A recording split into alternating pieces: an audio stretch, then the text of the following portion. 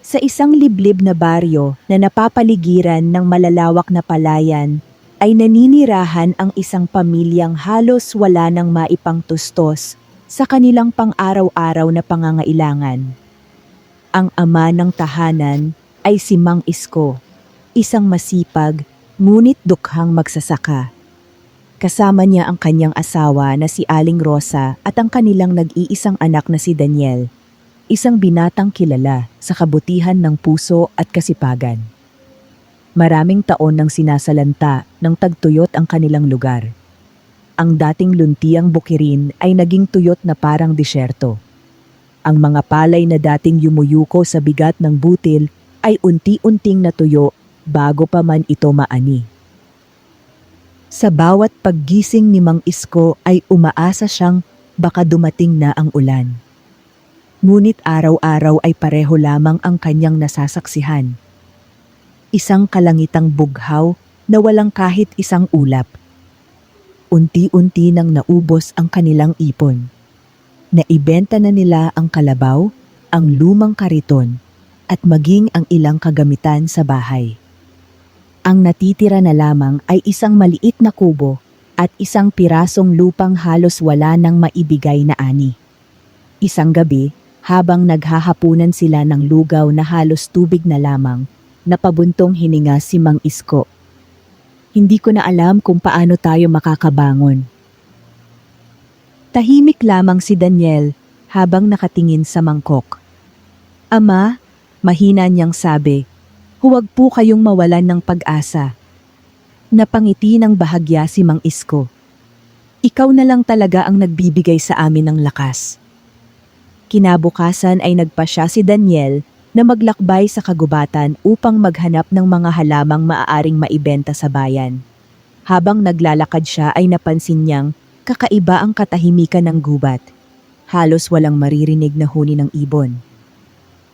Maya-maya ay nakakita siya ng isang matandang lalaki na halos hindi na makalakad. Nakaupo ito sa ilalim ng isang malaking puno habang nanginginig sa gutom. Agad lumapit si Daniel. Lolo, ayos lang po ba kayo? Mahinang ngumiti ang matanda. Ilang araw na akong walang nakakain. Wala ring halos pagkain si Daniel. Ang tanging baon niya ay isang maliit na piraso ng tinapay na inilaan sana niya para sa sarili. Hindi siya nagdalawang isip. Iniabot niya ang tinapay. Kainin ninyo po. Nagulat ang matanda. Ikaw? Hindi ka ba magugutom? Mas kaya ko pong tiisin kaysa sa inyo. Tahimik na kumain ang matanda. Pagkatapos ay tumayo ito. Biglang tila nagbago ang kanyang anyo. Ang kanyang mga mata ay kumislap na parang bituin. Daniel! Nagulat ang binata. Paano ninyo nalaman ang pangalan ko? Hindi lahat ng matanda sa kagubatan ay ordinaryong tao.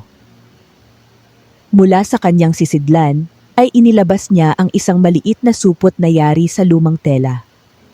Ito ang huling mahiwagang punla. Napakunot noo si Daniel. Punla lang po. Huwag mong maliitin ang mga bagay na maliit. Iniabot ng matanda ang supot. Kapag itinanim mo ito ng may malinis na puso, hindi ka nito bibiguin.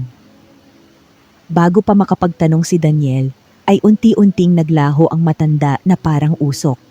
Napatingin siya sa paligid. Wala ng tao. Tanging ang malamig na hangin lamang ang dumaan. Maingat niyang binuksan ang supot. Isa lamang ang laman nito. Isang maliit na gintong punla. Hindi ito kumikinang na parang metal, kundi tila may sariling liwanag na buhay. Hindi niya alam kung paniniwalaan ang nangyari, ngunit iniuwi niya ito. Pagdating sa bahay ay ipinakita niya ito kina Mang Isko at Aling Rosa. Napailing ang ama. Anak, baka naloko ka lamang. Ngunit sinabi ni Daniel ang lahat ng nangyari. Tahimik na nakinig ang kanyang mga magulang. Sa huli ay nagsalita si Aling Rosa. Wala naman tayong mawawala kung susubukan. Kinabukasan, madaling araw pa lamang ay nagtungo silang tatlo sa kanilang tuyong bukirin. Sa gitna ng lupa ay naghukay si Daniel ng maliit na butas. Maingat niyang inilagay ang mahiwagang punla. Pagkatapos ay tinabunan niya ito ng lupa. Ngunit isang problema ang agad nilang napansin. Wala silang maipandidilig. Natuyo na ang balon. Tahimik na lumuhod si Daniel. Ipinikit niya ang kanyang mga mata. Kung tunay ngang may kapangyarihan ka, tulungan mo kaming mabuhay ng marangal. Pagmulat niya ay biglang umihip ang malamig na hangin. Unti-unting dumilim ang kalangitan at sa unang pagkakataon, matapos ang napakahabang panahon, pumatak ang unang ulan. Hindi makapaniwala ang buong pamilya habang unti-unting binabasa ng ulan ang kanilang tuyong bukirin. Ang lupa na matagal ng bitak-bitak ay nagsimulang lumambot at ang amoy ng basang lupa ay tila nagbigay ng panibagong pag-asa sa kanilang mga puso. Magdamag na umulan, ngunit hindi ito naging bagyo. Sapat lamang ang lakas upang buhayin muli ang lupang matagal nang naghihintay ng tubig. Pagsikat ng araw ay agad nagtungo sina Daniel, Mang Isko at Aling Rosa sa lugar kung saan nila itinanim ang mahiwagang punla. Huminto sila sa paglalakad. Hindi sila makapagsalita. Sa mismong lugar na iyon ay may tumubong maliit na halamang kulay luntian na hindi pangkaraniwan. Ang mga dahon nito ay makintab na tila may hamog na hindi natutuyo. Mas lalo silang namangha nang mapansing habang nakatingin sila rito ay unti-unti pa itong lumalaki. Lumipas ang ilang oras. Ang dating maliit na punla ay naging matibay na halaman na may maraming sanga. Sa bawat sanga ay lumilitaw ang mga bagong usbong. Pagkaraan ng 3 araw, ang buong paligid ng punla ay napuno ng malulusog na tanim na tila kusang sumibol mula sa lupa. Hindi sila nagtanim ng iba. Ngunit ang buong bukirin ay unti-unting naging luntian. Napaluha si Mang Isko. Sa buong buhay ko, ngayon lang ako nakakita ng ganito. Masipag pa rin silang nagtrabaho. Inalis nila ang mga damo, inayos ang paligid, at inalagaan ang bawat halamang tumutubo. Naniniwala si Daniel na kahit mahiwaga ang punla, kailangan pa rin itong samahan ng sipag at malasakit. Lumipas ang mga linggo. Dumating ang panahon ng pag-aani. Muling namangha ang buong pamilya. Hindi lamang karaniwang dami ng palay ang kanilang nakuha. Ang bawat tangkay ay puno ng malalaking butil. At kahit matapos nilang mag-ani, ay tila hindi na uubos ang mga bunga. Habang nag-iipon sila ng ani sa kamalig ay napansin ni Daniel ang isang kakaibang bagay. Kapag may kinuhang sako ng palay mula sa kamalig, kinabukasan ay may kapalit na panibagong sako. Parang kusang napupuno ang kanilang imbakan. Hindi ito nangyayari ng biglaan, ngunit araw-araw ay may bagong ani na tila patuloy na ipinagkakaloob ng mahiwagang punla. Hindi nagtagal ay napansin ng mga kapitbahay ang malaking pagbabago. Marami ang nagtaka. May ilan na natuwa para sa pamilya. Ngunit mayroon ding nagsimulang mainggit. Isang mayamang mangangalakal sa Karatig Bayan ang nakabalita tungkol sa bukiring hindi na uubusan ng ani. Nagpa siya itong alamin ang lihim ng pamilya ni Daniel. Samantala, hindi nagbago ang puso ng binata. Sa halip na itago ang kanilang mga ani, nagsimula silang mamigay ng bigas sa mga pamilyang higit na nangangailangan. Bawat bahay na walang makain ay pinupuntahan nila. Bawat batang nagugutom ay binibigyan nila ng sapat na pagkain. Unti-unting nabuhay ang buong baryo. Ngunit habang dumarami ang natutulungan nila, may mga matang lihim na nagmamasid sa mahiwagang bukirin. May isang taong naniniwalang ang punlang iyon ay dapat mapasa kanya. At sa pagsapit ng isang madilim na gabi, isang anino ang palihim na lumapit sa bukirin habang tangan ang isang matalim na pala, handang hukayin ang pinagmumulan ng himala. Tahimik ang buong baryo ng gabing iyon. Tanging huni ng kuliglig at banayad na ihip ng hangin ang maririnig sa paligid. Habang mahimbing na natutulog ang pamilya ni Daniel, isang lalaking nakasuot ng maitim na balabal ang dahan-dahang pumasok sa kanilang bukirin. Siya ay si Don Marcelo, ang pinakamayamang mangangalakal sa Karatig Bayan. Matagal na niyang sinusubaybayan ang mahiwagang ani ng pamilya. Hindi siya naniniwalang sipag lamang ang dahilan ng kanilang biglaang pagyaman. Sigurado siyang may lihim na nakabaon sa lupang iyon. Bit-bit ang isang pala. Tahimik siyang lumapit sa gitna ng bukirin. Kapag nakuha ko ang pinagmumulan ng himala, magiging akin ang lahat ng kayamanan. Bulong niya. Sinimulan niyang hukayin ang lupa kung saan unang itinanim ang mahiwagang punla. Ngunit ilang saglit pa lamang ay biglang umihip ang napakalakas na hangin. Nagsimulang umikot ang mga tuyong dahon sa paligid na parang isang malaking ipo-ipo. Nagulat si Don Marcelo ngunit ipinagpatuloy pa rin ang paghuhukay. Maya-maya ay biglang tumigas ang lupa. Kahit anong lakas ng kanyang pagpala ay tila bakal ang ilalim nito. Bigla ring kumislap ang lupa ng matingkad na gintong liwanag. Napaatras siya sa takot. Kasabay nito ay tila gumalaw ang mga ugat ng halaman sa ilalim ng lupa. Umangat ang mga ito at pumalibot sa kanyang mga paa. Sinubukan niyang tumakbo ngunit hindi siya makagalaw. "Diyos ko, ano ito?" Sigaw niya.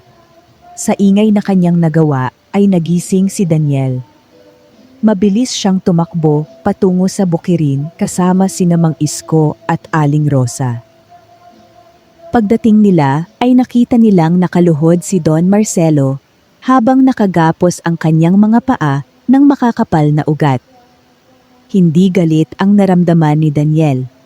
Sa halip ay lumapit siya at marahang nagsalita.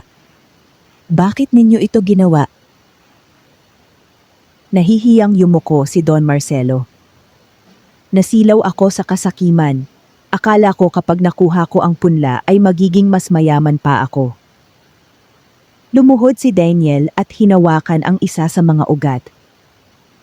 Hindi ito nagbibigay ng biyaya sa taong sakim. Parang nakinig ang mahiwagang punla sa kanyang sinabi. Unti-unting lumuwag ang pagkakagapos kay Don Marcelo hanggang tuluyan siyang nakalaya. Napaluha ang matanda.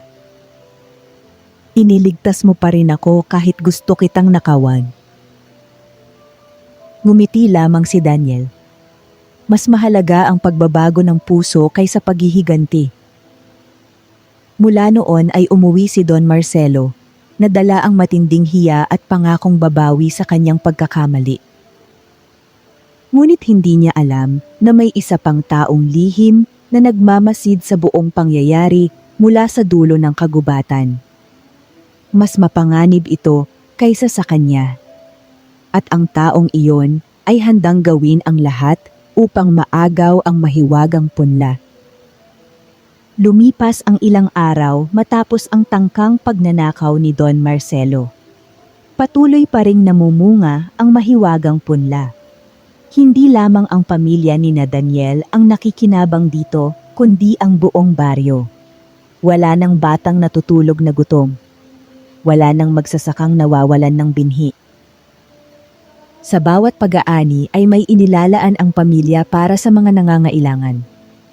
Isang hapon, habang namamahagi si Daniel ng sako-sakong bigas sa mga matatanda, may dumating na isang matandang babae na balot ng lumang damit. Nakasandal siya sa isang tungkod at halatang pagod na pagod.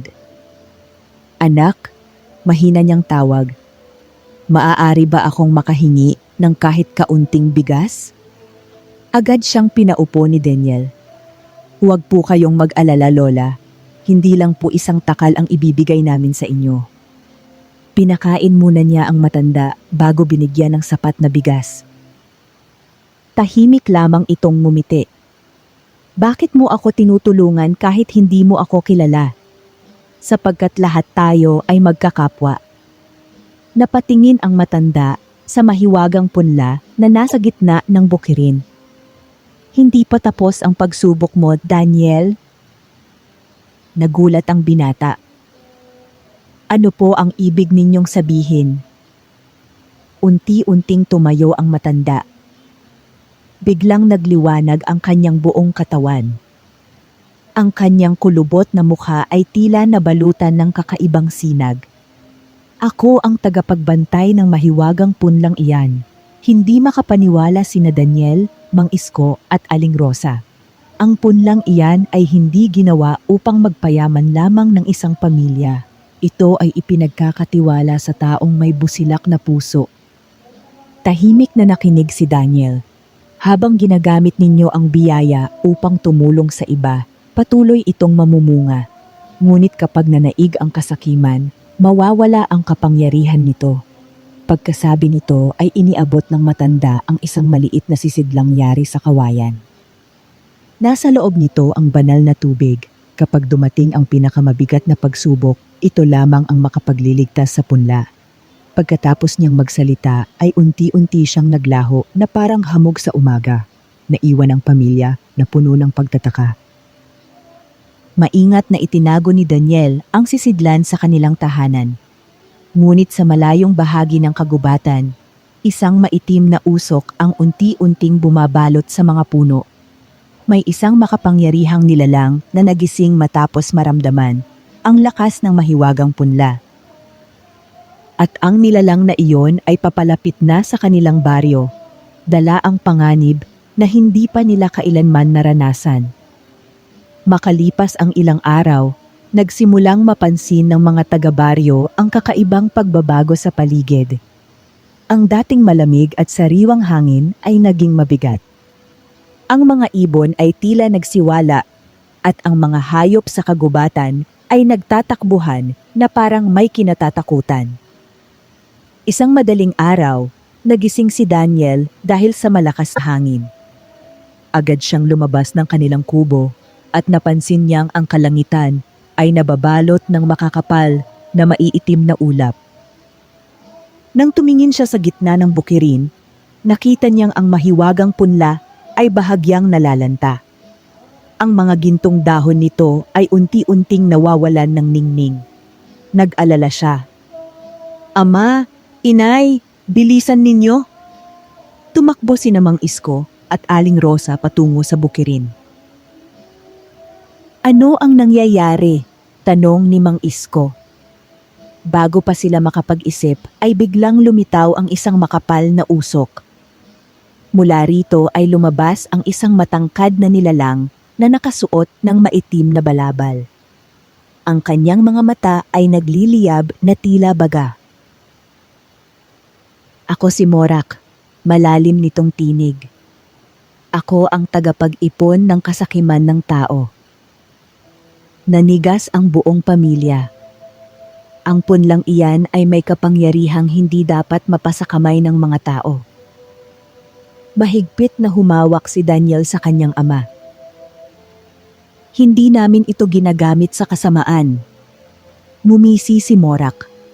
Lahat ng tao ay nagiging sakim pagdating ng panahon. Iwinagayway nito ang kanyang kamay. Biglang kumalat ang maitim na usok sa buong bukirin. Unti-unting natuyo ang ilang pananim. Ang mga dahon ay nalagas at ang lupa ay nagsimulang umitim.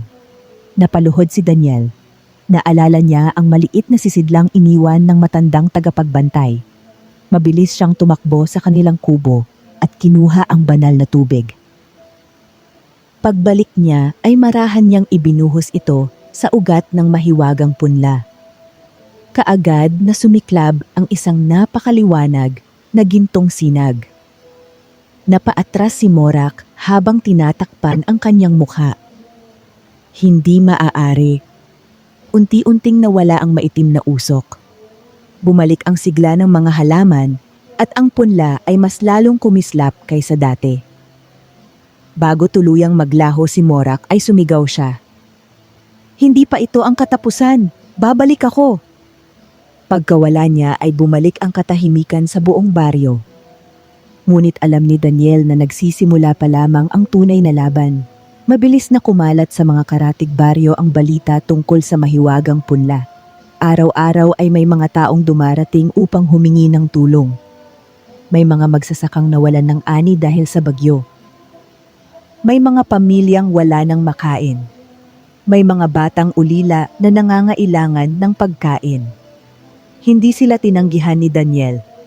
Patuloy siyang namahagi ng bigas at mga binhi upang muling makapagsimula ang mga tao. Ngunit kasabay ng pagdating ng mabubuting tao, ay dumating din ang mga mapagsamantala. Isang grupo ng mayayamang mga ngalakal ang nagtungo sa kanilang bahay. Nagdala sila ng mga baul na puno ng ginto at pilak. Lumapit ang kanilang pinuno. Daniel, ibenta mo sa amin ang mahiwagang punla. Bibigyan ka namin ng kayamanang hindi mo mauubos. Tahimik na tumingin si Daniel sa mga baul. Pagkatapos ay ngumiti siya.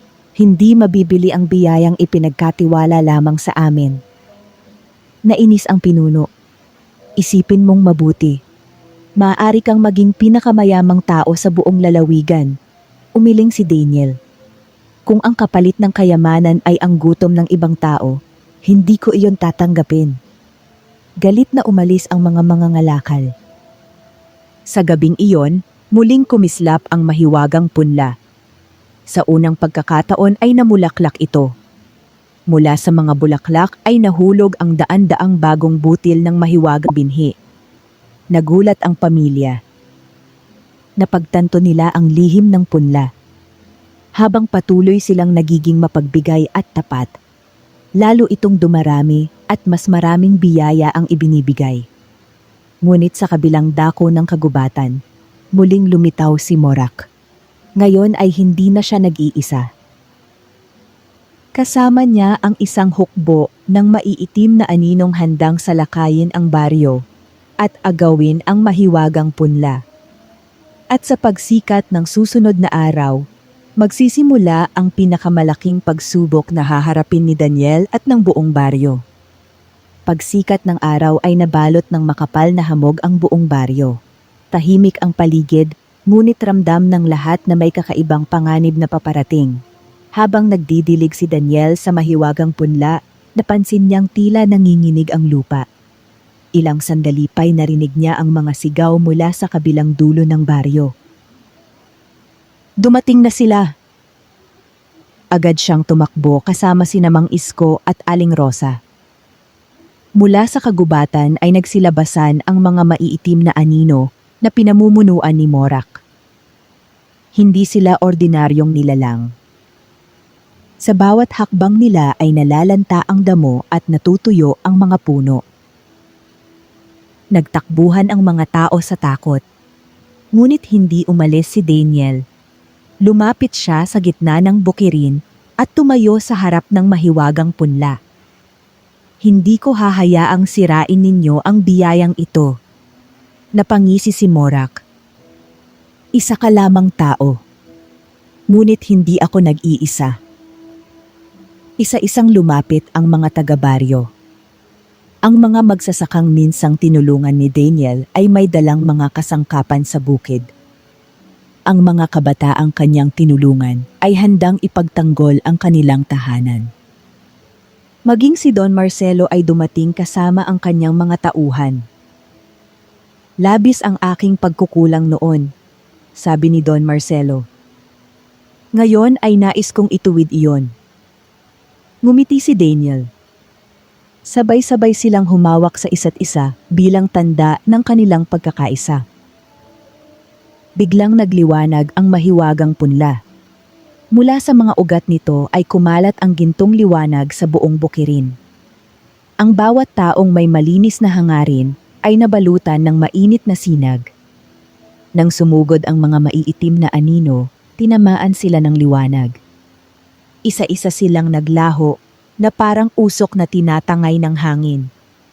Nagalit si Morak at inilabas ang kanyang buong kapangyarihan. Nabuo ang isang napakalaking ulap ng kadiliman na tumabon sa araw. Ngunit hindi natinag si Daniel. Lumuhod siya sa tabi ng punla at taimtim na nanalangin. Kasabay nito ay lalo pang lumakas ang gintong liwanag hanggang mabiyak ang makapal na ulap. Napaluhod si Morak. Unti-unti siyang nanghina. Ngunit bago tuluyang matalo, nakangisi siyang nagsalita.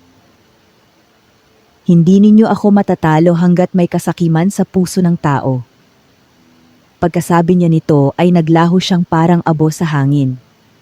Matapos ang labanan ay muling sumigla ang buong baryo. Ang mga punong nalanta ay muling nagkaroon ng mga dahon. Ang mga bukirin ay naging luntian, at ang mga ilog na halos matuyo ay muling umagos. Labis ang pasasalamat ng mga tao kay Daniel at sa kanyang pamilya. Ngunit nanatili silang mapagpakumbaba. Nakamit natin ito dahil nagtulungan tayong lahat, sabi ni Daniel. Makalipas ang ilang araw, muling lumitaw ang matandang babaeng tagapagbantay. Ngumiti siya habang nakatingin sa mahiwagang punla. Nalampasan mo ang pinakamabigat na pagsubok. Lumapit si Daniel. Lola, paano naming mapapanatili ang biyayang ito? Sumagot ang matanda. Huwag ninyong ituring ang punla bilang kayamanan. Ituring ninyo itong pananagutan. Pagkatapos ay itinaas niya ang kanyang kamay. Unti-unting nahulog mula sa punla ang daan-daang gintong binhi. Panahon na upang ibahagi ang biyaya. Ipinamigay ni Daniel ang mga binhi sa mga magsasaka ng iba't ibang baryo. Tinuruan niya silang magtanim ng may sipag, katapatan at malasakit sa kapwa. Lumipas ang maraming taon. Ang dating mahirap na baryo ay naging huwaran ng kasaganaan. Wala nang nagugutom. At ang bawat ani ay sapat hindi lamang para sa kanilang pamilya, kundi maging sa mga karatig lugar. Hindi na rin muling nagpakita si Morak, sapagkat nanaig ang kabutihan at pagkakaisa sa puso ng mga tao. Sa gitna ng pinakamalawak na bukirin, ay nanatiling nakatayo ang mahiwagang punla. Hindi ito naging simbolo ng kayamanan, kundi ng pag-asa, pagtutulungan, at kabutihang loob. At sa bawat pag-aani, naaalala ng mga tao ang isang simpleng katotohanan. Ang tunay na himala ay hindi ang ani na hindi nauubos, kundi ang pusong hindi nagsasawang magbahagi ng biyaya sa kapwa. Lumipas ang maraming taon, ang dating tuyong baryo ay naging isa sa pinakamayabong na pamayanan sa buong lalawigan. Ang mga bata ay lumaking malulusog, ang mga magsasaka ay hindi na nag-aalala sa kanilang ani, at ang salitang gutom ay tila naging bahagi na lamang ng nakaraan. Ngunit isang gabi, muling kumislap ang mahiwagang punla. Hindi ito tulad ng dati nitong liwanag. Ang gintong sinag ay unti-unting humihina, at ang mga dahon nito ay nagsimulang malaglag. Nagtipon ang buong baryo sa paligid ng punla. Nag-aalala ang lahat. Ano ang nangyayari? Tanong ni Mang Isko. Tahimik na lumapit si Daniel. Hinawakan niya ang puno at naramdaman niyang tila nang hihina ang kapangyarihan nito. Maya-maya ay muling nagpakita ang matandang tagapagbantay. Panahon na, mahina niyang sabi. Nangangahulugan ba itong mawawala na ang punla? Tanong ni Daniel. Tumango ang matanda. Walang himalang nananatili habang buhay. Ang tunay na layunin ng punlang ito ay hindi ang manatili magpakailanman, kundi turuan ng tao kung paano mamuhay ng may sipag, katapatan at pagmamahal sa kapwa. Nalungkot ang buong baryo, ngunit nagpatuloy ang matanda. May isa pang huling pagsubok. Inabot niya kay Daniel ang isang maliit na kahungyari sa kahoy. Nasa loob nito ang huling binhi. Nararapat ba namin itong itanim? Tanong ni Daniel. Ngumiti ang matanda. Hindi. Ikaw ang magpapasya.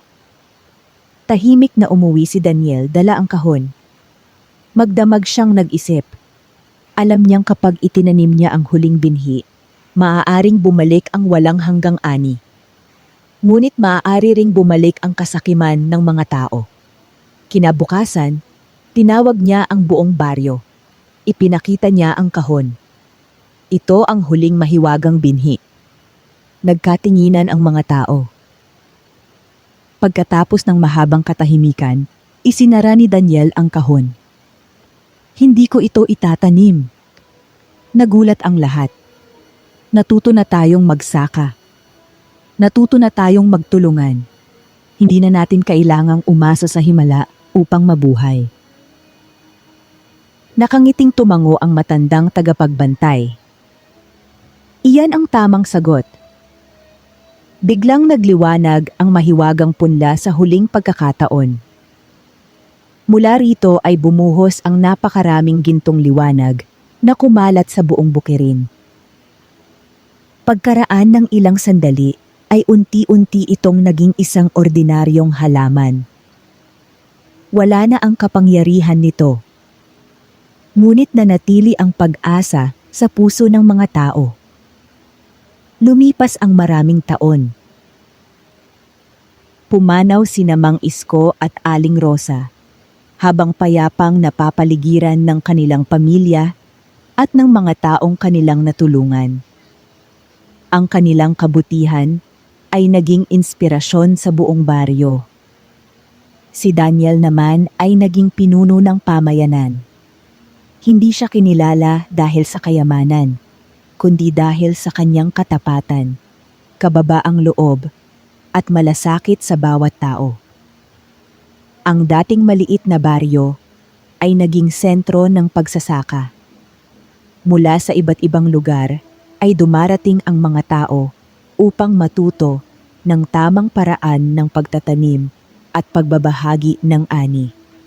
Hindi na nila binabanggit ang mahiwagang punla bilang isang alamat ng kayamanan.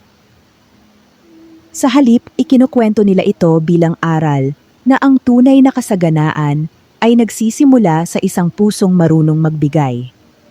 Bawat taon, sa araw ng unang anihan, nagtitipon ang buong baryo sa gitna ng bukirin. Bawat pamilya ay nagdadala ng bahagi ng kanilang ani upang ipamahagi sa mga mahihirap at sa mga biyudang walang nag-aaruga. Naging tradisyon ito sa loob ng maraming salinlahi. Isang araw, habang naglalakad ang matandang si Daniel sa dating kinatatayuan ng mahiwagang punla, napansin niya ang isang batang lalaki na nagtatanim ng isang maliit na punla. "Lolo," masayang sabi ng bata, "balang araw magiging malaking puno rin ito." Ngumiti si Daniel. "Oo, apo. Ngunit tandaan mo, ang pinakamahalagang punlang dapat alagaan ay ang kabutihan sa iyong puso." Tumango ang bata at ipinagpatuloy ang pagtatanim. Habang papalubog ang araw, hinangin ng malamig na simoy ang buong bukirin. Ang mga palay ay sabay-sabay na yumuko na tila nagbibigay galang sa alaala ng mahiwagang punla na minsang nagdala ng pag-asa sa kanilang buhay. At mula noon, napatunayan ng buong baryo na ang pinakamahalagang ani ay hindi ginto, hindi salapi, at hindi walang hanggang biyaya. Ang pinakamahalagang ani ay ang pagmamahalan, pagkakaisa, sipag, at kabutihang ipinapasa mula sa isang henerasyon hanggang sa susunod. Wakas.